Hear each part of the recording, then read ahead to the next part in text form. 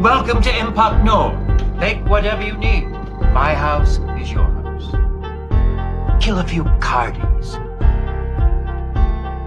Naughty, naughty. Come now, Chief. Don't be so modest. You did a lot of killing. So what did Captain Sisko do to persuade you to come along? How do you know I didn't volunteer? He threatened you, didn't he? Nothing so coarse. The captain bribed me. He offered to help me procure a larger space for my workshop. The latest dressmaking equipment is surprisingly bulky. Yes, very bulky. The latest dressmaking equipment, but we're just getting started here on D Space 9 at 9ish, Season 5, Episode 24, Empok Nor Rewatch Review. I'm Dave Mader, joined with my brother Jeff Mader, coming from the backyard. Yep. And Kevin Millard, coming from his bedroom. Hello. Hello. I'm Dave Mader, and we're breaking down this episode as we continue our 3.5-year mission to, or probably close to 4, to watch every episode of D Space 9, break it down, talk about our favorite quotes, moments, and rate the episode, and then move on to the next one. This one, Empok Nor, near the end of Season 5, when they go to a very similar station to D Space 9, formerly known as Terok Nor, when it was under the Cardassian control. So we're getting to see a similar station. Jeff, where does Empok Nor sort of rate for you in the D Space 9 episodic tales?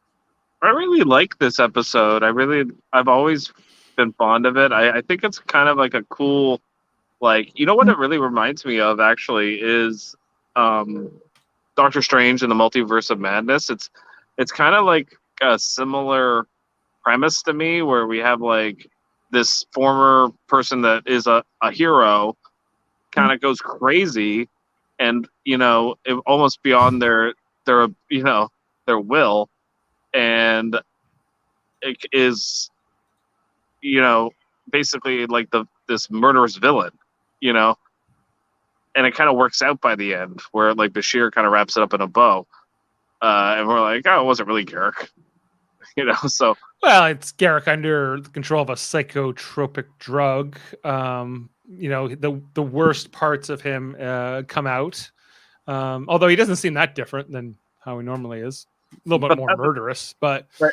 Yeah, but like Dave, that's the core of the episode, is the whole Garrick stuff. But like the other part is like how cool there's a second Deep Space Nine just floating in space that for some reason only O'Brien and a bunch of nobodies go on a mission, and they go back there later on. I think it becomes Gul Dukat's thing, base with his Pa Wraith cult later on in the series. Yeah, which is so really cool. Like it always made no sense to me. It's like, so there's just this floating space station. They can't fix this. Like the Federation couldn't just like, wouldn't it be better to have 2 deep space signs, or like put that station maybe even somewhere better? Well, I guess like how do you get it from whatever system? It's in some other solar system. To get it to here would not necessarily be an easy task. Well, wouldn't you have to just fix?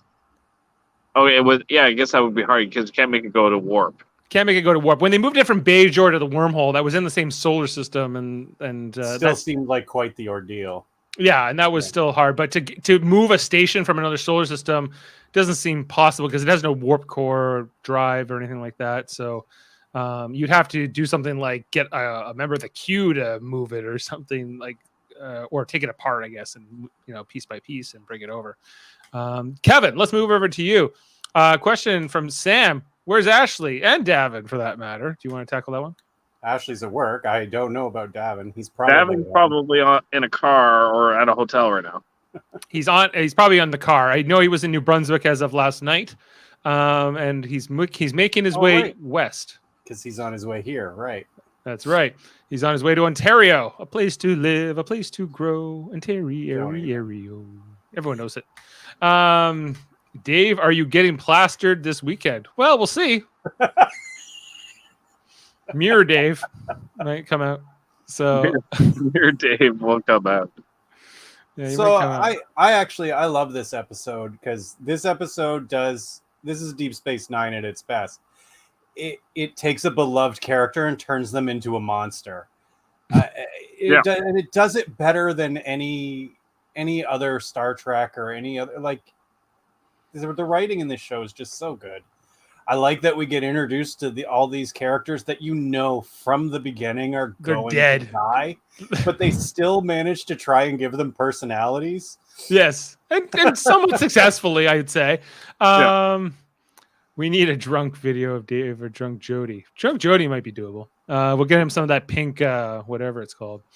Okay, well, let's just walk through the plot beats of the episode using some visual aids in some screenshots I've pulled together here.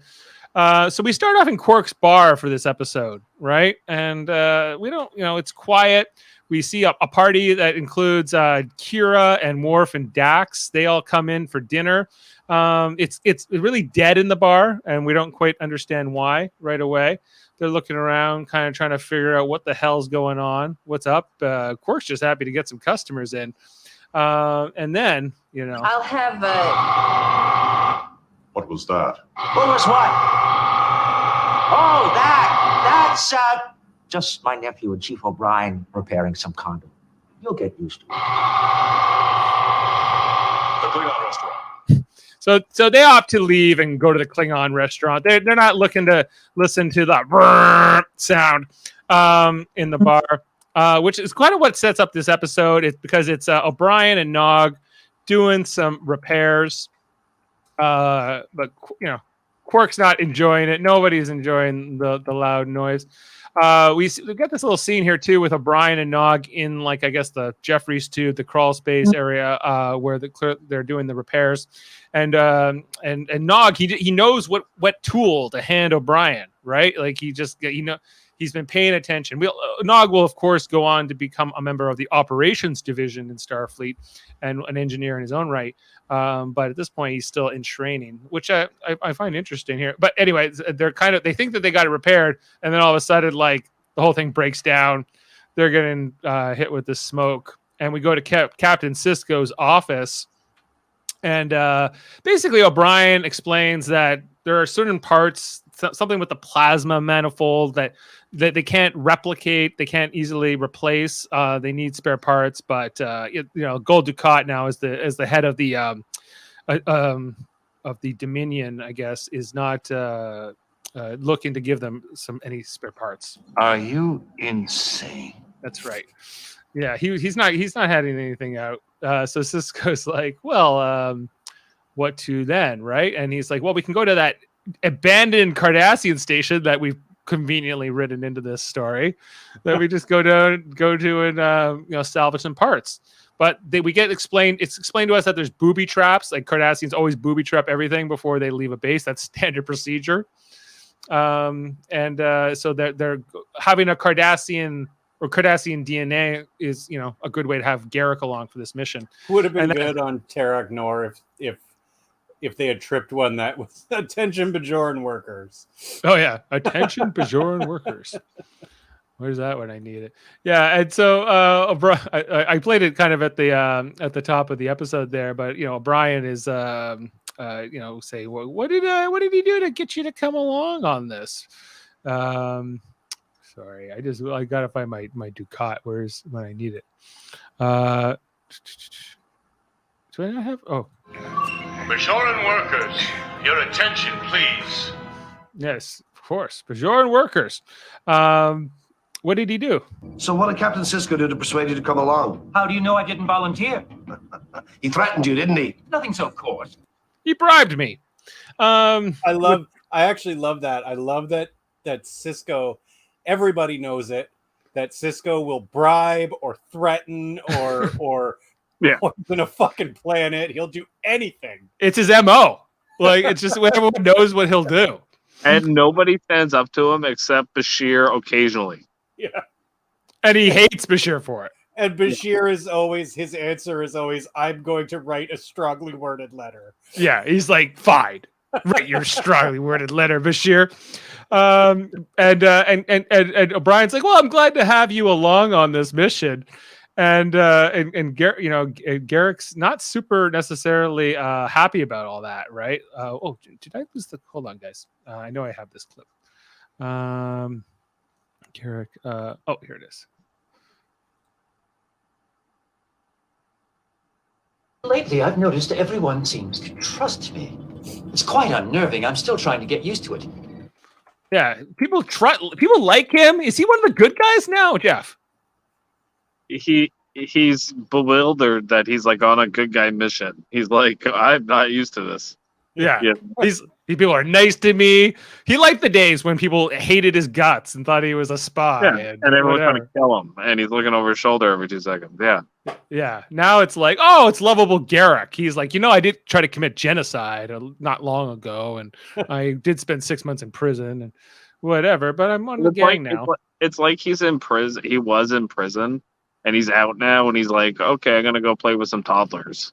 Like, I feel like that's how Garrick looks at what he's doing. Like he's like they live by a code and ethics, and that's not the world. He's like, he was a secret spy. Like it's a complete opposite.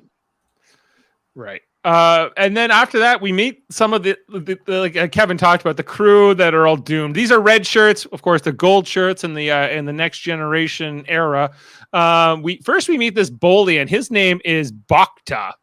Because he hears about the booby traps, and he comes over, and we meet all these other guys they're all doomed. They'll all be dead by the end of this episode. Spoilers. There's Pachetti, there's Stolzoff, that's the woman, and there's Amaro. He's like the follically challenged man there in the background. Well, I guess not as follically challenged as the Bolian. Anyway, so they have a little bit of a banter here. That this is they get to wear phasers, guys. When does an engineer get to wear a phaser? It seems like they would get to wear phasers all the time. The station's like under attack every 5 seconds. Two of them are security, are they not? They don't I guess so. I think that she and Amaro are like security guards because Amaro must be, because he doesn't even know what a hyper spanner is later in the episode, right? So that seems like something an engineer would know. So I guess I get the impression that they're meant to be the security of the force here, and I guess the two the Bolian and the other guy here, they're actual engineers along with O'Brien, but they're all enlisted guys. None of these are officers. They're just in Starfleet. Anyway, and then so Nog shows up. He's coming loaded for bear. He's got his phaser rifle. Amaro's like, "What's up, man? What's up, cadet? What are you gonna do?" He's like, "I'm reporting for duty." And O'Brien's like, "You've heard it. You know what a hyperspanner is. You can." Does a cadet outrank all of these guys? No. But as soon as he gets commissioned, he would. So, like an ensign outranks O'Brien, everybody else. But a cadet doesn't really have a right. But it's like, what happens if like an ensign's on this mission and there's a bunch of enlisted? You're breaking up there, Jeff. But what I think he's asking me is why enlisted crewmen would outrank a cadet, but he's not. He is not an officer yet, so he's actually below them at this point. But you with us, Jeff? Yeah, I think my Wi-Fi, I'm on data now, so internet must have went down. Oh, it's back. Okay. All right. Well, glad we. Okay, what I was asking. Yeah, so what I was asking was, if Nog was an ensign and he was on this mission, would he like outrank O'Brien? Yes, technically, but and he could tell him what to do, or no? Be in charge.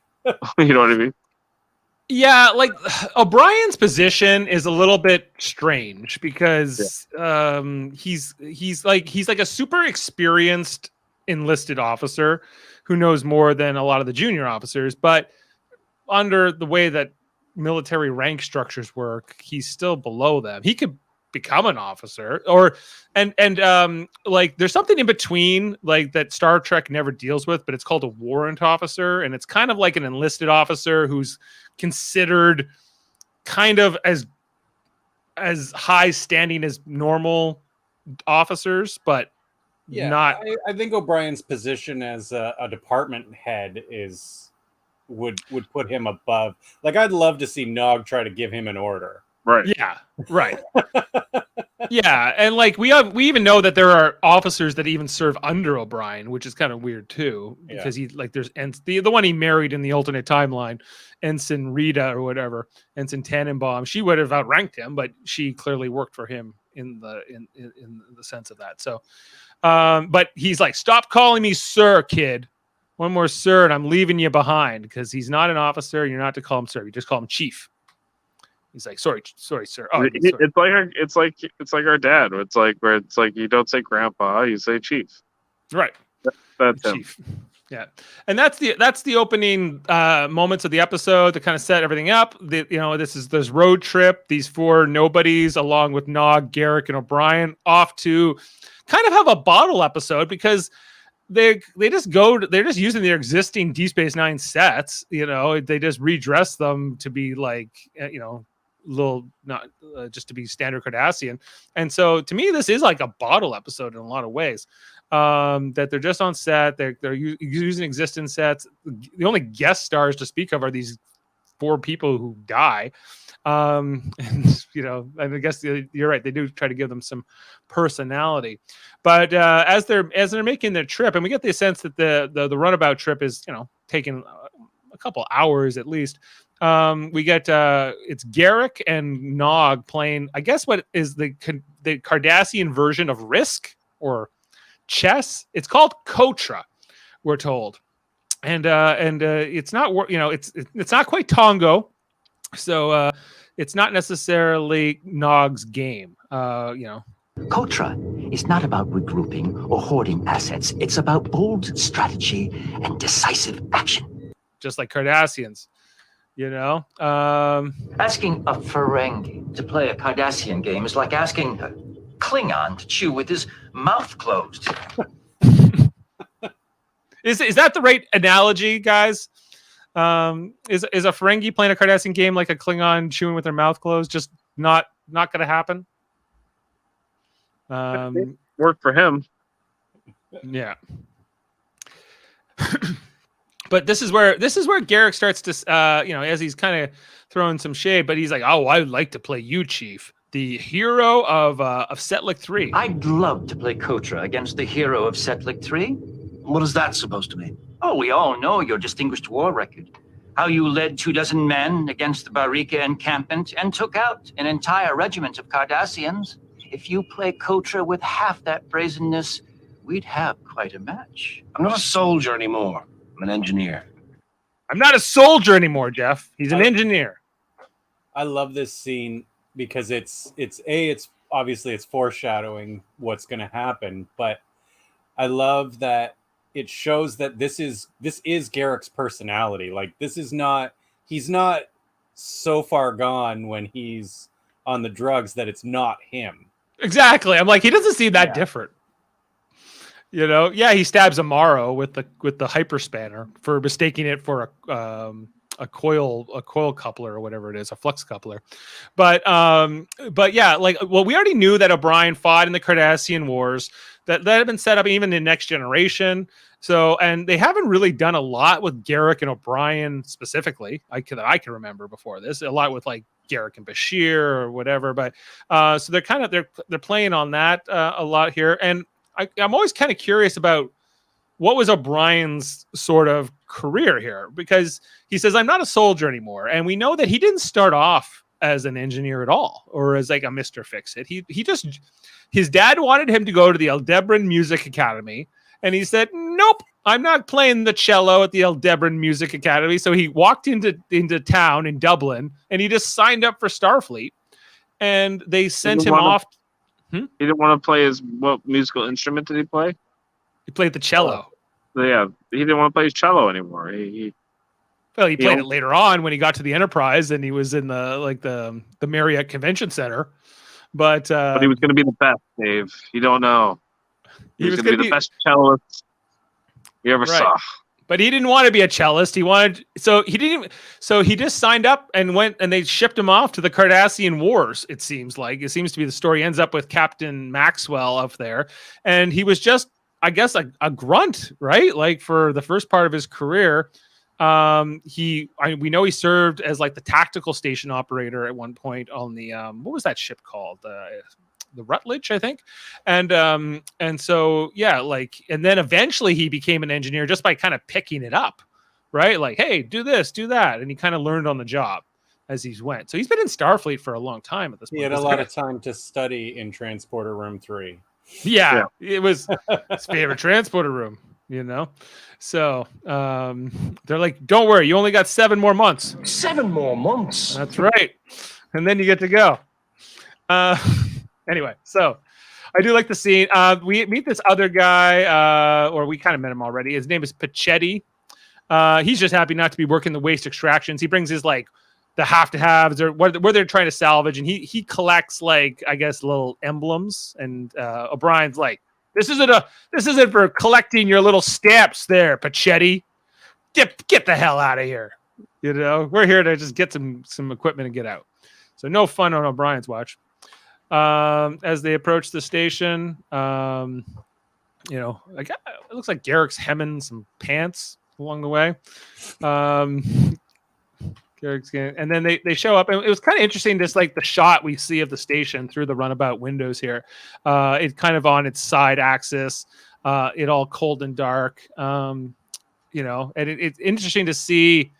It's kind of like in Next Generation when we got to see the USS Yamato, the first time we ever saw an other Galaxy class ship, like the Enterprise, or even back in the original series when we would see the Defiant or the Constellation. It's always interesting to see a mirror of I guess your hero ship, in this case your hero station, played out here, and so they're taking the helm. They know that there's going to be booby traps, and they can't beam in because there's probably transporter scramblers as part of the booby traps. So they got to go up to the upper pylon, and it's got to be Garrick that does it, because anybody outside of Cardassian DNA is probably going to trigger the booby trap. So they make their approach here, and we see here. We see the upper pylon. It's everything. The gravity, the lights are off. The gravity is not on either. I liked here Garrick in the environmental suit, wearing with Starfleet environmental suit. I think a carryover from Star Trek First Contact, which is when they made these suits the first time, and they used them in Voyager and a bunch of other times in this era. So he pulls a lever here, and it kind of brings the atmosphere back, and brings the main power back online. Gravity comes back pretty quickly. We see the station start to return, and dun, dun, dun, stasis tubes. This will become important for the episode. He's awake. It's alive, and so we know there's a threat here. So the station's coming in. Garrick welcomes them all to, Welcome to Empok Nor. Take whatever you need. My house is your house. Glad to be here, Brian. Just another great performance from Andrew Robinson. He's so good. He's so good in this episode, and and I think O'Brien and Nog do a great job too, but it's who is this episode really focused on? Is it on Brian or is it on Garrick? I think it's the Garrick episode. But Garrick's not even technically a main cast member. I think this episode is what solidifies him as a main cast member. Yeah, he steals this episode. He's so good. It's a Cardassian station. It's all about him. To me, it's totally a Garrick episode. Yeah, I don't disagree with you. And so they kind of they split up here. You guys get these things, and they go on their way. Watch out for booby traps; they're everywhere. I feel like they could have brought the Defiant on this mission. I feel like it wouldn't have necessarily been a bad idea. It might have been smarter. So they kind of split up here. They're going around, it's going pretty routine for the first little while. They end up on the promenade, and this is where Garrick goes, ugh, what's with the slime? What's with the snot? The bullying guy there, sorry, what's his name again? Bacta? Bacta, he scans, he goes, oh, some kind of biogenic compound. But where did it come from? It just looks like this blue gob of toothpaste. And they kind of look over at the infirmary, which seems a bit lit up. And this is where they find the stasis tubes, and the mystery is kind of playing out here. Garrick, he's a pretty strong guy, moves off these things. And we get to see a Cardassian skeleton for the first time I can ever remember one. This poor guy just died almost immediately after being put in that stasis tube. They said they withdrew from this station about a year ago, and this guy's been dead about a year. Yeah, exactly. Yeah, exactly. He died pretty much if not right after they left, like shortly after. Yeah, and I don't know, like, would he be that decomposed in a vacuum? That's the only thing that kind of seemed weird to me, but yeah. Cool But skull, anyway. though. Cool skull. Jeff, what do you think? That's cool. I mean, yeah. I mean, the art department did a good job with this. Yeah. You know, and then Eric's kind of like, well, where are the other two, right? This guy's only happy that he found like a Cardassian emblem. He's like, oh, my Bachetti's gonna love this, right? He's like, maybe you should think about the other two Cardassians that are not in those tubes. Anyway, back over to Nog and O'Brien. They're working on some repairs here, but Nog's missing a tool. He goes, sorry, sir. I forgot whatever hyper spanner, whatever the heck O'Brien needs at this particular moment. And O'Brien's just like, go get it, cadet. Soon I have to call you sir. Anyway, so then Nog heads up to the upper pylon, and he sees that the runabout is like floating away. Yeah, I love he just goes, that's not right. That's not right. That's not right. Yeah. And they go, yep, no, you're right. That's not right, Nog. And then it just blows up. You know? Quite the trick those Cardassians pulled there. Yeah. Anyway, so Nog runs back, and then they're down in the infirmary next, and they're kind of assessing the situation, figuring out that there's not only are these Cardassians like loose on the station, but they're from like the First Order or something that is like they're like the shock troops, like they're the most elite killers in all of Cardassians or something like that. Death to all is their motto, as we're told. Can I just say in this episode that what's about to happen here with O'Brien when he starts making decisions, he's bad at it. I think there's a bunch of times in this episode where he's like, we need to split up. We need to get those strings. And I'm like, no, there's a killer on the loose. You're not splitting up. What are you doing? You're way more strong in numbers against one person. Or two. Yeah. But he's like, well, we have to get them the message off, Jeff. That becomes what he becomes preoccupied. I think by the end he realizes that it's a mistake, you know. But he does say that. He says Garrick was right. We should have gone after them first, like right away. You don't wait for the enemy to come to you. Yes, you know, but it's not the first time O'Brien. Like, can you think of another episode where O'Brien's in command of a group like this? No. And I think this episode shows why. Yeah, that's why I stayed an enlisted man. And maybe it wasn't his choice. Maybe not. Like he tried like academy courses, and they're like, "No, it's not for you." Yeah. What's interesting too is like he on the enlisted guys in Starfleet. Even in this episode, like the other two, they mentioned being at after what's her name dies, the woman there, Stolzoff. Amaro is like, when we were at the academy, and they're both not officers. So and remember when back in Trials and Tribulations, Bashir says to O'Brien, like, you must have taken elementary temporal mechanics at the academy, right? So I get the impression that even if you're an enlisted guy, you would still go to the academy for like, I don't know, a short time to get, I guess, you know, some like almost like basic training or something. Well, they're going to want to do some training. You're not just going to show up and here's your uniform, go. Right? Yeah. He's a lazy officer. Well, he's a petty officer to be specific there, Sam. Petty. He's not lazy. He's petty. He's a chief petty officer. Anyway, so he's like, you two go here, split up. Oh, yeah, and their tricorders don't work. Their phasers work, but their tricorders don't work. There's a dampening field in effect. And all the other electronics work, except for tricorders. I thought that was very specific. But it's what the story demands. You know, anyway, and so they're like, they should have had just nothing work. You know, would have made more sense. Well, maybe yeah. Like they didn't need to have phasers for this episode. No, Really, to work. fighting hand to hand would have been better. Like having Garrick kill those two Cardassians hand to hand instead of both with a phaser would have been far better. Yeah, I agree. And you know, I think Bashir or Garrick is this what Garrick volunteers to go after them, or is it not till a little bit later? I think it's anyway because we get this next scene where it's like Nog and Garrick and O'Brien. They're kind of going through halls, and like Nog's like playing with his phaser rifle.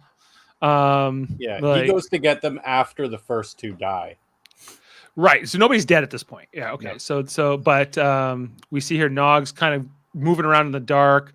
We see one of these Cardassian agent guys, you know, like the shadows of them coming out, and he's about to get Nog here, but then once he calls Nog over.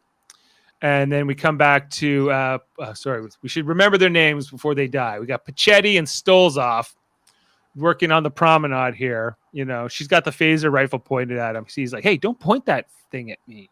She's like, whatever, safety's on. We're both going to be dead in like 10 minutes. But we don't know that.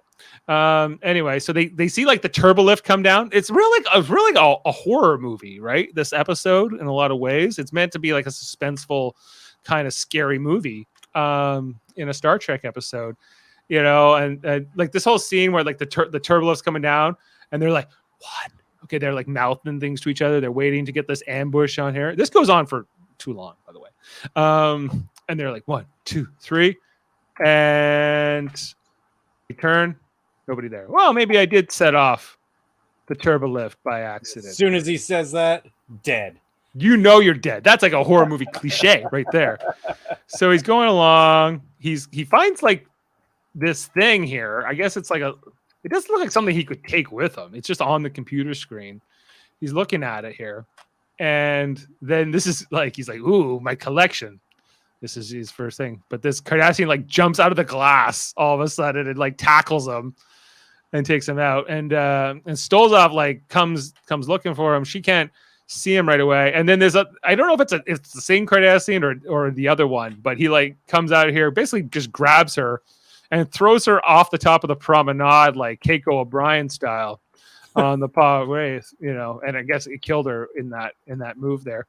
You know, O'Brien and Bashir, or sorry, O'Brien and Garrick, I'm sorry, they're going along and they get the call, or they try to call the other guys and they don't answer, so they run over here. And they find them both dead.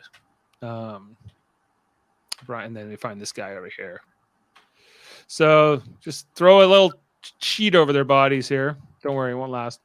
Brian, you know, they're like, we got to get out of here. We got to do something. What are we going to do, Mr. Chief? What are we going to do? We've got to stay focused. We got to stay focused. You know, we got to do this. He wants the Bolian here to go like fix something, and he's like, well, why don't you take Nog with you? And he's like, no way. These two got killed and they were supposed to be like watching each other's back, right? And he's like, well, Garrick can go with you. He's like, no. Garrick's like, I'm going to kill Cardassians. That's what I'm doing. I have other plans. I'll see you later. He starts scratching himself around this point in the episode, and so we're getting like the hints that he's going to sort of like, you know, he's like, I got a headache, I can't take it. There's things, he's getting sick. And Amaro here, you know, it's like pulls the phaser on him, and on the light, he's like, you're not going anywhere. You gotta do whatever the chief tells you to do, right? He's like, let him go, Amaro. And so Amaro stands down and he goes, you're dying to kill a Cardassian. Any Cardassian. Aren't you? You know? Kill a few Cardis. Throws the Cardi thing at him. Love it. Yeah. Kill a few Cardis, like it's set like 3. Brian's like, go to hell. You know? He's like, they're not Cardis, they're Cardis. Kill a few Cardis.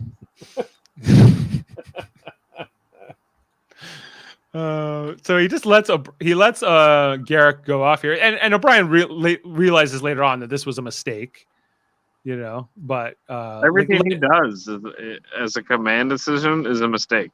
It's more that he doesn't recognize that there's something wrong with Garrick, right? But he doesn't. I guess he does. You know, this seems like something Garrick plausibly would do under not mental duress. So it doesn't seem, so it seems fine. And he's, I don't know, he's like, go kill them, Garrick. And if it works, works. Right. So over here, in the infirmary, Garrick's trying to get into the computer system, and he goes, access denied, access denied. We see here he's still rubbing his necks and whatever, but he hears the other Cardassian like sort of approaching. He's like, oh, access denied. I mean, oh, what am I going to do? Right. And the other Cardassian is like approaching here, comes in, can't find Garrick. Garrick's not where he's supposed to be. And then he passes the stasis tube that had the dead Cardi in it. And this is where Garrick gets like the jump on him. He like pops out of the coffin here and shoots him. Of course, he can't just shoot him. He's got to warn him first. He's like, "Hello there," you know. He like he's got to get the one liner. He's like, "I need to know." He needs to know it was me that got him. Yeah. You know. So it takes this guy out, and he's like, "Oh, that actually felt good," and he seems surprised by this. He has murdered people before. We've seen him kill other Cardassians before too. But it never felt good. Maybe it never felt good before. Maybe it never felt this good. So he's a little bit worried, a little bit thrilled by it. It seems like.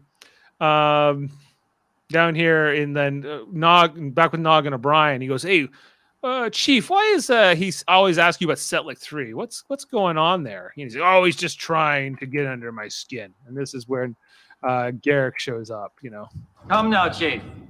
Don't be so modest. You did a lot of killing.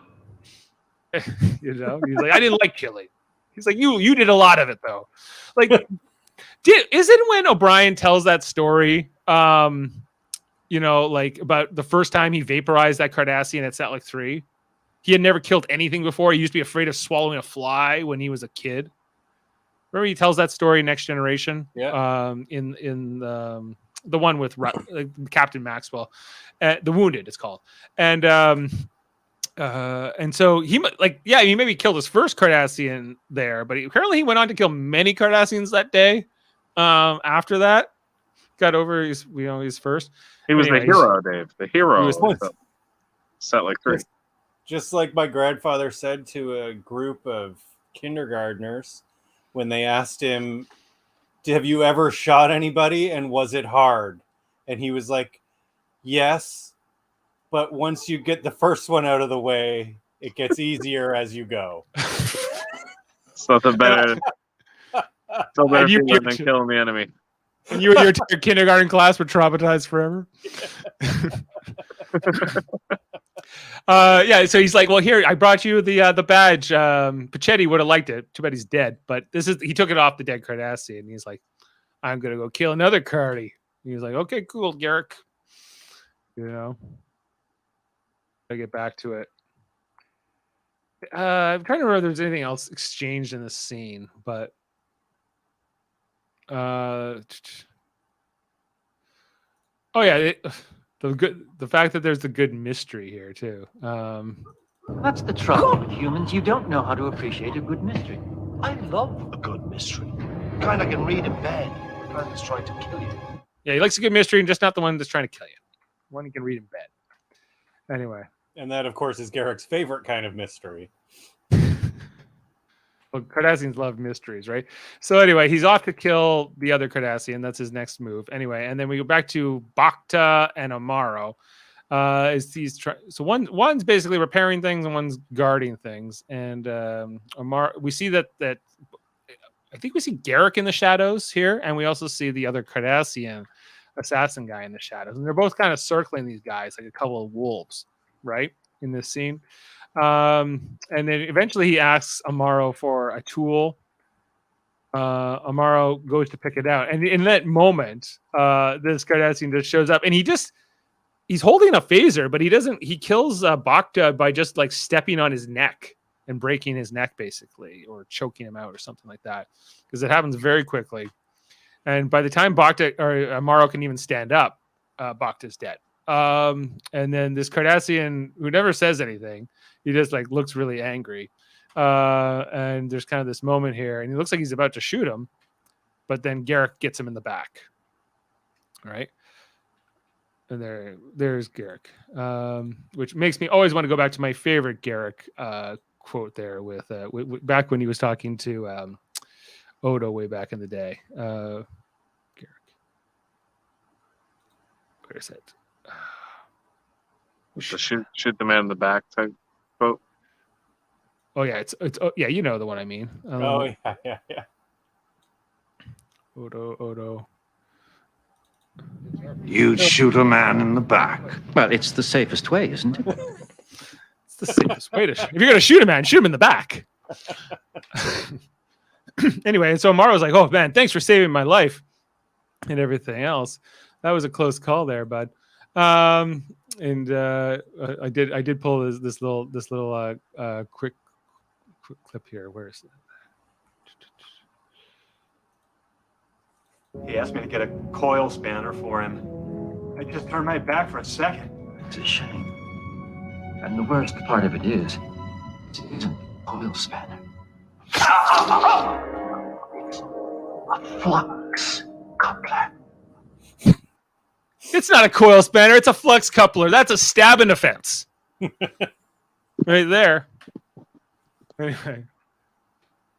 Morrow's dead, and the last of the what do you call it? Fodder. The cannon fodder are gone. Yeah. Right. And So it's O'Brien just by himself with Nog. we're just Nog. Yeah. Anyway, he tries to call them. Can't get through. Morrow's not quite dead by the time O'Brien gets to him. He dies like he lives just long enough to tell them it was Garrett that stabbed him. Yeah. What had occurred. So Garrick only kills this guy. Yeah. So. And he didn't die with his face in the dirt. He didn't die with his face. Yeah, and to be fair, he at all. He didn't know the difference between the phase coupler and the coil spanner, so I think that maybe like it was warranted, perhaps, if you were going to see. But yeah, like he didn't. You're right. I'm not gonna die with my face in the dirt. I want to go out looking up at the sky, not at the ground. We called for a hopper. The Klingons had us pinned down. My platoon. Anyway, I had my fill of my Marine. He was on Enterprise like 2 weeks ago. We were that same actor playing like this other character. Anyway, so Brian and Nog are like kind of trying to get their bearings here. You know, Nog says to O'Brien, he's coming after us, and he's like, "Yep, he's coming to kill us. I'm pretty sure here." Yeah, and he's like, this is where O'Brien really starts regretting all of his decisions. I should have seen these things. I should have understood. And the word, I've already lost 4 crewmen trying to send out that bloody signal. That bloody signal. You know? You don't wait for the enemy to come to you. You go to him. This You don't wait for the- This is his first command, and it's worse than Spock's first command. Yeah.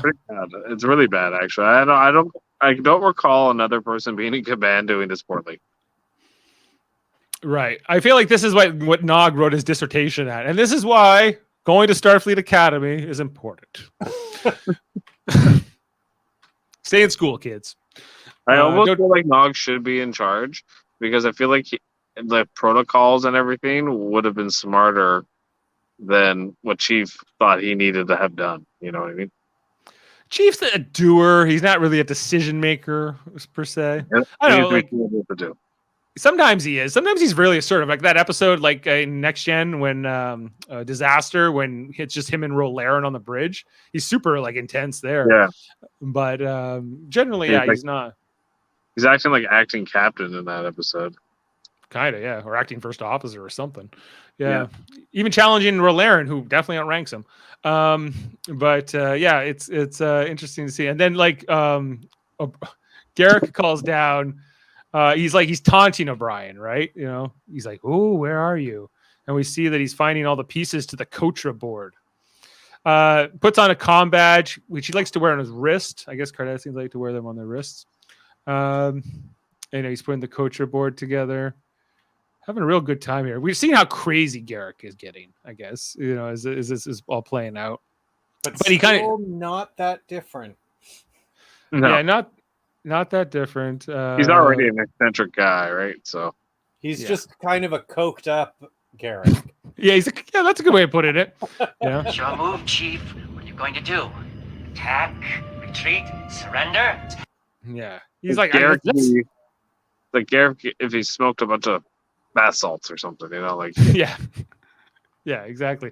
He wanted to play Chief and Coacher, the hero of Settlers 3, who killed the Cardis and whatever. But he has like sort of like this. I think a fear of O'Brien. Clearly, like it's playing out here because he's not afraid of Nog or any of the rest of them. But O'Brien he kind of respects even in this homicidal, murderous mode.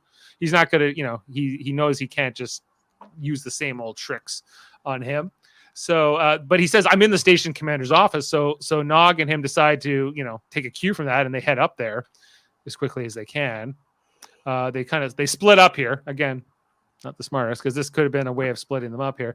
So like O'Brien goes through the office and Nog goes right into ops, and they're looking around. He's not obviously there right away. And as they're looking around and they kind of have this moment where they look at each other, they see the board. So they know he can't be that far away because he was just, finished assembling it, he said. I assume he's telling the truth. And then Garrick closes the doors here, throws up a force field on O'Brien. And this is how he captures Nog. And he could have killed him right here, right? But doesn't want to because he wants to use him as against O'Brien because he doesn't feel like he can. I don't know. It feels like eventually Garrick would have got them both. So but he's just looking at him through the door, and he's like, you're gonna have to come get him. So eventually the force field drops because I don't know, it's almost though, like Garrick was thinking it would be very unsatisfying to just kill O'Brien. He wanted to play a game. He wanted to have a real contest with him. Yeah. Right.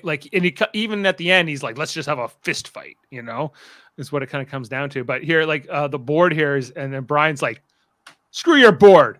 He throws the board up into the air and just knocks all those pieces over that Garrick had spent so much time. Everyone does when they're losing Risk. Yeah, exactly. Screw it, fuck this shit. It's basically just, it's Cardassian Risk. And he's got Nog at gunpoint, and this is where he's like, "It's your move, Chief. You always wanted to come kill. You're a murderer, just like me, aren't you? You want. Behind your Federation mask of decency and benevolence, you're a predator, just like me. Just like me. Yeah.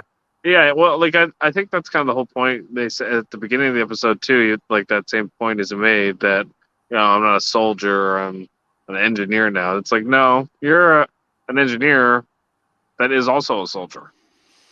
I'm not a soldier anymore. I'm an engineer. I think I guess with Garrick, or even before he's under the influence of the compound, is kind of saying is that part of your history can't be erased because I have a lot of darkness and red in my ledger, if you will. That's very much with him. So I think he's skeptical that O'Brien could be so noble and virtuous in comparison, because they both have this, they both have blood on their hands in their past. Right. Yeah. But O'Brien does seem like he doesn't actually I think he has got emotions. He'll knock over that Kutcher board. He doesn't care. But he's not. I don't think he's an actual murderer. Because we saw that he wasn't okay with what Captain Maxwell was doing in The Wounded, right? The revenge tour on the Cardassians. That's not who he is. Anyway, he almost killed himself after Echar. Was that Echar? Was his name? Yeah, Echar. That's right. I murdered my best friend. I murdered him. Anyway. And speaking of which, Garrick says it's really hard for him not to pull the trigger here on Nog the whole time he has him as hostage, because he's under a murderous rampage. So he has some level of restraint. Right? He could have also not killed Amaro and used him as a hostage, but he decided to, kill him, because not knowing your tools is unforgivable for Garrick. Anyway, so there's like they agree to like this meet up on the promenade, no weapons, like a showdown, kind of Old West style, But O'Brien lied; he brought a weapon. Turns out Garrick brought his. I love too. that exchange. Yeah, I thought we said no weapons. Well, what's in your hand? How did this get here? naughty. And he's looking around. Oh, and then like the bodies come out. Yeah. So Garrick set this whole scene up where and Amaro was up on the upper pylon or whatever, right? They had to get this guy down here as well. He was not nearby. And he's just like, my numbers are, I got my supporters too. I guess they forgive you, right? For getting them all killed. Yeah. And he's like, the whole thing, like, why'd you bring your gun? I said, you wouldn't. Anyway, and I did pull one more thing here. I'm not going to shoot an unarmed man. What fun would that be? Well, this is definitely not Garrick in his right mind, because he definitely would shoot a man in the back. It's the safest way. That's We already right. established. Especially if they're unarmed. Yeah. But he's like, just you and me. And so this is where Brian's plan here. He puts down his tricorder, his phaser rifle, and his sidearm here. And this is the plan here. Again, like the tricorder wasn't working, so we never established how he got through that task. That's a bit of the surprise here. But basically, what it comes down to is we're gonna have the weirdest fist fight you ever seen between O'Brien and Garrick, where it's just like, do you fight like this? I don't know, like Tiger style. It's like almost like they were gonna have a grappling match or something, and they exchange a few punches. Eventually, Garrick gets the best of him here and knocks him down, and is taunting him. And he's like, "I told you, you're a killer. You're a killer." And he goes, "I told you." Also telling him that he's disappointed and how easy it is. Exactly. He's like, I'm not gonna. I thought this would be a more of a fun like match. He wanted like a real battle with a soldier. I'm not a soldier anymore. I'm an engineer. And he hits the comm badge, and this activates like the tricorder, which was not supposed to be working, Which is now mysteriously working. I guess he that was on his off time here. He figured out how to get that back on, and it sets off a bomb. Explodes here.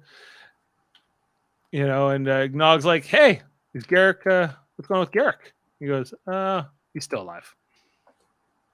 Nog was like, "Did I really need to be in this episode?" Didn't hurt. Good experience. Get to watch a bunch of people die. Back to D Space Nine. Presumably, I guess they got off the signal, and then they came and got them, and so we've skipped all that. We're back on the station. Garrick's going through. Bashir kind of says, "Yeah, I purged it from his system, but it wasn't him. It was bad news." And Bashir's just making excuses. He's saying that in a way it wasn't him. No, that was Garrick. Pretty much, we all know it. It was like we said, it was a coked up Garrick, but it was kind of the same. And so O'Brien and Garrick have like this final conversation to kind of, he says, "I heard there's going to be like an inquest, but I'm sure once we tell the truth, you're not going to get any jail time for all this." He's like, "Well, that's good. Say sorry to Amaro's widow for me." And then they kind of just have like Shouldn't he do that himself? He says he would, but he didn't think she would want to talk to him. She's probably racist against Cardis. Right. Damn Cardis. Damn Cardis. Especially the one that killed her husband. Right. That was circumstantial. And the end of the episode here was saying, "Oh, I heard the explosion broke a few of your ribs," and he goes, "Well, I didn't close her, and it would have killed me." He goes, "Like, yeah, I was totally trying to kill you. That was the plan. That was totally the idea." He was like, "Fair enough," and that's it. I love O'Brien. Yeah, at the end is just like, "All right, well, see you later." Yeah, he doesn't want to have any deep conversation with him. He doesn't want to like get to the real moral of what ethics of what was going on. He's just like, were you really trying to kill me? Okay, see ya.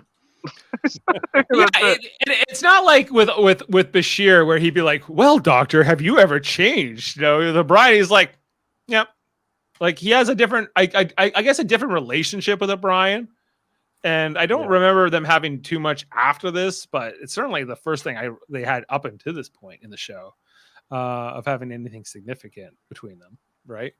Yeah, and Jeff, do you have the facts, or do you need me to? I don't have to know. All right. Well, then we're doing what we like to call details discovered by Dave here on the episode. Empok Nor, guys. In addition to the regular D Space Nine cast, this episode features characters Garrick and Nog, guest stars Tom Hodges, Andy Milder, Margian Holden, and Jeffrey King. Who we'll definitely never talk about again. What else? Hold on. Another detail I've discovered, guys. Okay. Is this episode marked the first appearance of an environmental suit in a Star Trek episode since Whom Gods Destroy, 1969. Though which is an original series episode, though environmental suits of various designs have been seen in Star Trek films, this type worn by Garrick in the episode was designed for First Contact and later made appearances in Voyager. So this is the first time in 30 years of episodes of like Next Generation never showed one on screen. Interesting. And Deep Space Nine up and on until this point. But it seems like it should be like a staple, but I get that they're hard to do. The new Type 3 phaser rifle designed for First Contact made its only appearance on Deep Space Nine in this episode. Into the I feel like they had a lot of leftover stuff from First Contact, and they were like, "Hey, you want to use it on your set? We'll shut all the lights off, and you can do whatever you want." Yeah, I disagree with this detail, this fact. It says Amaro mentioned that he and Stolsov were at the academy together. However, since they're both enlisted personnel, they both have left before graduating. I disagree. I think these enlisted people are going to the academy for at least a short orientation period.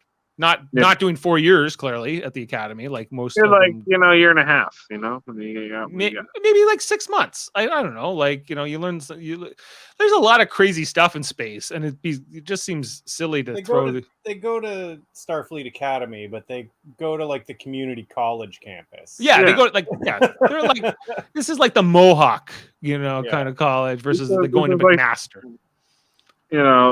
This is like the Troy and Abbott. Right. Like it's like Greendale. The fact that Empok Nor is physically identical to Deep Space Nine allows the show to save money on sets by shooting on a regular day. Yeah, we knew that. As this episode reuses the regular Deep Space Nine sets to represent Empok Nor, this episode is technically a bottle show, even though much of the action takes place in a different location. First appearance of Kathy DeBuono as Impella, one of Quark's Dalbo girls. She can be seen at the beginning of the episode standing behind Quark. With its focus on the lower-ranked members of the away team, this episode bears some resemblance to the Star Trek Next Generation episode Lower Decks. I guess so. Yeah. And several items from this episode were sold off in an online auction, including a Cardassian Terek Nor soldier medal badge and a Cardassian cryo computer.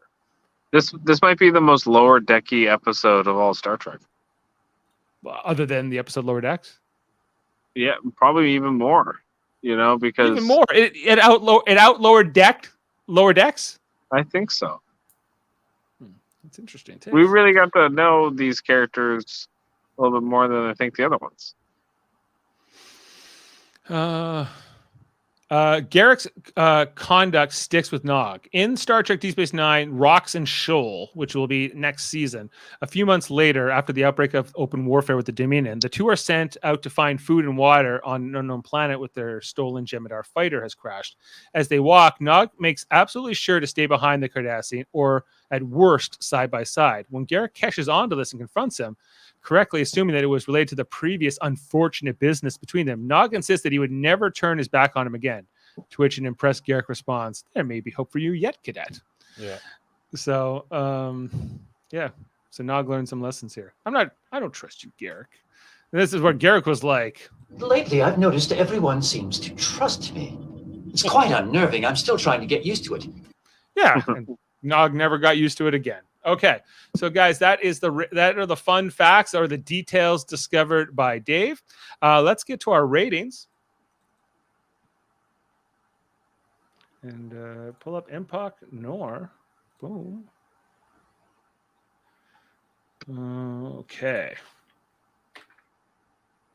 Jeff, do you want to start us off here? 9.5. 9.5 from Jeff. Oh.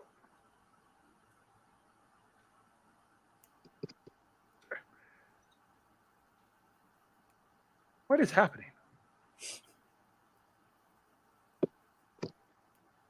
Okay, 9.5. I'm giving this. I'll give this a solid 9. Okay, my number pad is not working right now. All right, Kevin. 10. 10. Yeah, I love it. I'm the low point. All right, this has a 9.5, guys. This is a pretty good episode. We're missing Ashley and Davin and Jaemeel tonight, but we'll see if that could land up in a top 10 position down the road. Yeah. Oh. I'd say this is Garrick. Definitely, I agree. It's a Garrick, but it's no Brian. Almost. Sort of. No, Brian sucks on this episode. Well, it's kind of about him a little bit, at least. Is it? Well, it's not only about Garrick. Garrick harassing O'Brien. Yeah, it's true. 9.5. Okay, and so the episode that comes after this is called "In the Cards." That's the penultimate episode for the 5th season, meaning the second to last. Directed by Michael Dorn, the first time he ever directs an episode, guys. In this next one, this is an episode where, what happens in this? Oh, is this where they're looking to buy the Willie Mays rookie card? Right. Where it's a Jake kind of episode where him and Nog are going to buy the Willie Mays rookie card, and they have to keep doing all these different like deals. I really like this episode a lot. Is this the one where the desk goes missing? I think the desk goes missing, and there's that guy who has like the Cellular Entertainment Center or whatever. Yeah. It's a really good one. I really enjoy that episode a lot. It's one of my. It's got a great ending to it, so I'm looking forward a lot to doing that one. In the Cards coming. It's before the Dominion War actually starts, and I think actually like it gets pretty intense in the episode after that because they have to like abandon the station and whatever. But yeah, pretty exciting. So almost done season 5. It's taken us a long time to get through this 5th season, but we're almost there. And then you should also check out our other podcast here on Live Long and Podcast. Monday nights we talk about Star Trek Enterprise. We took last night off because Jody wasn't feeling well, and Adam was in Vegas, but we're going to be talking about the episode Dawn next. That's season 2, of Enterprise, episode 13. I did watch it already, so get ready. Did you watch it, Kevin? I did. I was kind of upset that you guys made me watch. Yeah, and you're going to have to remember for no reason. Well, I kind of felt the same way. Like I wasn't planning to go ahead, so it well worked out. So check out our Enterprise Monday coverage as well. This Thursday, Star Trek Lower Decks is coming back, season 3, guys. I'm going to try to do that early in the day because my anniversary is coming up on Thursday. So I'm hoping that Davin's going to get in town. Maybe we'll do that in the afternoon or something like that. And also Chris Murphy, maybe get in on that next one. Also, you should check out our other channels, including Super Mater Brothers Podcasting, currently covering Big Brother season 24, the American edition. We're into week 7 now. We'll be on tomorrow night to talk about the Power of Veto episode. We won't be on Thursday. Well, Jaemeel might be on Thursday, Jeff, just so you know. Okay. So he's like, I'll do it without you, Dave. I was like, good, go do it without me. So Thursday, there's a double eviction Thursday. Oh, Big Brochella, Kevin. Or awesome. What's going to happen at Direfest? So much. What's going to happen at Direfest with the Terrence HOH? Very exciting, Kevin. Yeah. 3 no-namers will die. 4 no-namers, just like this episode. They'll have names, but we won't remember them. So check that out over on Super Mario Brothers Podcasting. We've talked about other shows like Survivor, Big Brother Canada, different things. Check out our playlist if you want to know. And then Trivial Debates is our other third channel where we argue about movies, TV, sports. It's a game show format. We do this once a month. We just had this one this past Sunday with Chris Murphy hosting, with Jody Simpson, Davin Skillhorn, and Chris Seymour competing. This was a fun one. I don't know if Kevin, you saw this yet, but No, I haven't seen it. It's worth going back to. In particular, my favorite was they talked about let's have like a Predator movie set in some period of history, so Jody argued for ancient Rome, and Davin wanted to set it in like ancient Persia or something like that, but Chris just wanted to set it in the 1960s. and Dav was like, what, like 20 years before the original movie? He's like, yeah, it's gonna be the Predator. He's gonna be like killing hippies and stuff. It's gonna be great. It'll be like X-Men First Class. Yeah. Predator First Class. There you go. You got it. There's the title. Just for that, you just need to go. I thought he should have won the round, but well, maybe he did. Maybe he didn't. Who's to say? But it was a really entertaining episode. Always fun with Chris Seymour in the mix. Of course, Chris Murphy, never having met Chris before, I had to just deal with it in real time as well. So it was fun. So check out, we'll have one probably at the end of September as well. We've got to set up that panel for Trivial Debates as well. Check out Davin's podcast. He's got Locutor's a Track. They just released a new episode, I believe. And then also X-Rated, which is a podcast he does with Andre, usually on Tuesdays. He did it last night because he's making his way west here to Ontario. So they just finished up the Phoenix saga over there on X-Rated. And our friend Michael Chan has a podcast with Alex Blackburn called the Hellbound Podcast. He does every Wednesday, which is a horror-themed podcast. You should check that out. And Eamon Mater, my son, also known as Sam Jerka. Sam Jerka. Yeah, along with Super Smash Bros. Seth and Paranoia. They talk about fighting games on a podcast called Let's Talk About Fighting Games. And you should check that out if you like fighting games, I presume. Over there, and that's in the cards, guys. So those are all our podcasts. Jeff Mater, wedding coming up Saturday. Yep, I'll be married on the next podcast.